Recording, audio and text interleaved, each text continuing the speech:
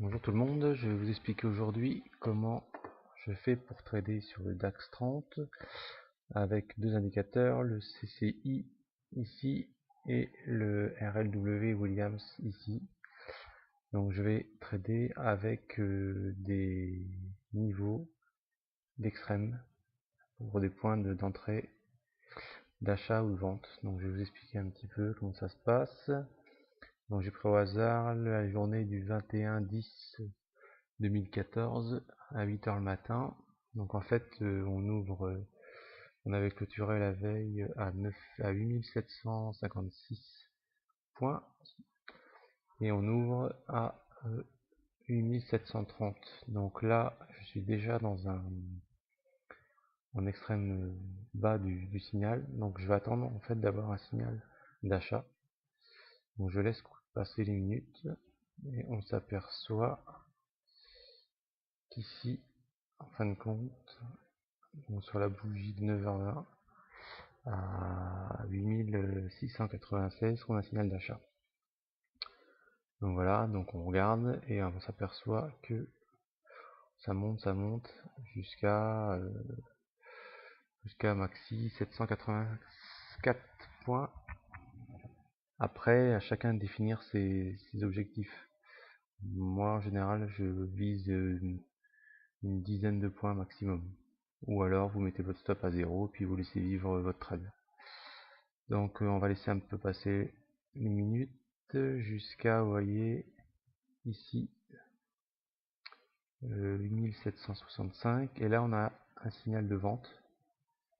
Donc, on descend sous les moins 100 au niveau du CCI.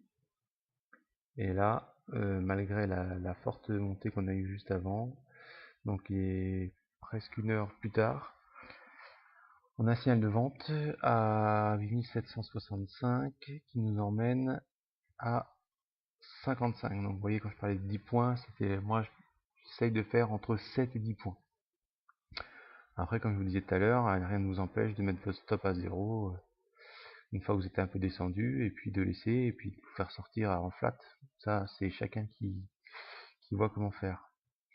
Donc après, alors le but en fin de compte, c'est de prendre le premier signal à chaque fois et pas le deuxième ou le troisième. C'est vraiment quand on a eu un signal baissier, on va aller chercher le premier signal de hausse qui suit. Donc là, on regarde, et donc il était tout à l'heure 10h15 et on voit que à 10h30, on a un signal d'achat ici, donc à 8779. Et donc tant qu'on n'a pas de signal inverse, on garde notre position. Donc là, on s'aperçoit que ça monte. Donc voilà, ça monte pas mal. Ça monte pas mal. Et après, chacun met sa limite où il veut. Par contre, là, on se retrouve avec un signal de vente ici à 8785. On redescend maximum jusqu'à 75. Donc on retrouve nos 10 points. Voilà. Après, on a un nouveau signal d'achat ici, voilà, donc à 791 qui nous emmène assez haut. Voilà, donc à chacun toujours de clôturer sa position quand il a envie. Et après, on va chercher un signal de baisse. Donc c'est là que ça peut se compliquer parce que tous les signaux sont pas, il n'y a pas de 100% là-dedans. Et c'est quoi faire quand on arrive avec un signal de baisse et qu'on se retrouve avec un signal de hausse aussitôt et qu'on n'a pas pris nos points. Donc par exemple, ici, voilà. Ici, moi j'ai un signal de baisse ici à 8842. Alors certes ça baisse de, on va dire 7 points. Mais si vous avez laissé votre trade en route et qu'on se retrouve avec un signal d'achat à 43, moi ce que je fais c'est que je ferme ma position que j'avais précédemment à 42 et je double mon lot à 43. Donc ça veut dire que j'ai perdu un point plus le spread de 1, ça fait 2 points. je double mon lot, en fait il me faut un point pour me sortir flat. Le but c'est, si on n'est pas gagnant dès le départ, c'est pas vraiment de se rattraper, c'est de sortir flat du trade. Donc là on voit que c'est assez facile parce qu'il nous faut un point et il est exécuté dans les quelques minutes qui suivent. Donc là, une fois qu'on est arrivé là, on coupe, on a gagné notre point qui nous sert à nous rattraper et on n'essaie pas d'aller plus loin, voilà. Et on attend, on attend un signal inverse. C'est-à-dire qu'on a eu un signal de hausse qui nous a servi à nous sortir de notre trade.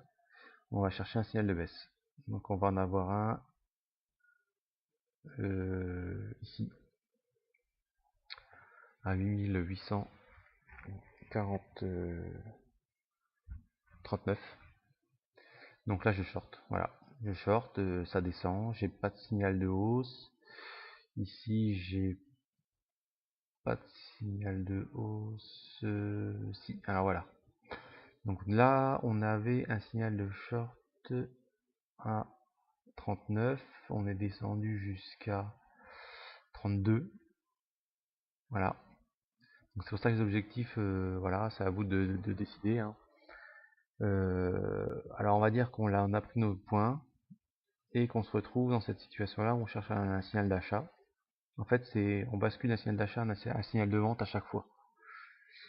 Tant pis si ça chute de 100 points et qu'on a pris que 5, 7, 10 points, ça c'est pas le problème. On laisse partir et on attend un signal d'achat qui suit. Donc là par exemple on a un signal d'achat à 8842 et ça descend. Et on se retrouve avec un signal de vente ici à 31. Donc on a perdu 11 plus le spread, ça fait 12 points. À ce moment-là on clôture notre achat de tout à l'heure.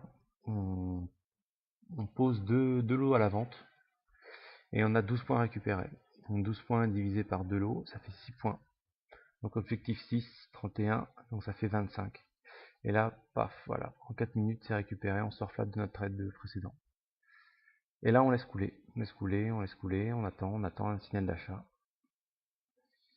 Et on fait comme ça tout le temps. Alors j'essaierai de poster quelques vidéos des jours passés. Là j'ai pris un trade au hasard, enfin une journée au hasard, là, du 21 octobre. Bon, on s'aperçoit qu'ici j'ai un achat à 20 à peu près, donc est perdant.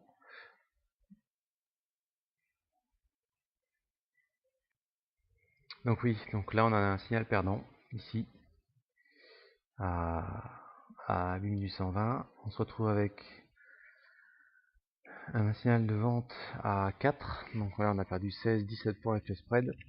On cherche de récupérer, donc 17 ça fait 18, 9 points. On est encore perdant de nouveau. Donc là on va clôturer notre position de vente à 19. Et là on achète 4 lots. On double à chaque fois en fin de compte. Donc ici on était à un lot. On ferme, on perd nos 16 points. Là on se retrouve à 2 lots. On va perdre à peu près 16 par 2, 32. 32 points plus les 16 de l'achat d'ici, ça fait 32, 40, une cinquantaine de points. Et là on se retrouve ici avec un achat sur 4 lots. Donc 50 points divisé par 4, il nous faut à peu près 12 points pour récupérer pour sortir flat de tout ça. Et donc 20, ça fait 32 et là voilà, c'est soldé. Ça veut dire que toute cette partie là, attendez si j'ai quelque chose où ça sera plus facile, on va dire que d'ici à ici, voilà, on était dans un trade. On était dans un trade où on a eu un faux signal ici, un deuxième faux signal ici, et donc on continue comme ça. Ça peut arriver sur 3, 4, 5 trades. C'est pour ça qu'il faut avoir un bon capital ou prendre des positions peu élevées, parce que on multiplie le nombre de lots et il faut avoir le capital qui suit. pour les marges. Mais ça fonctionne très bien. J'ai pas de soucis particuliers. Voilà, donc j'essaierai d'expliquer au jour le jour les journées qui passent. Voilà. Ben écoutez, vous pouvez me rejoindre sur ma chaîne. Merci.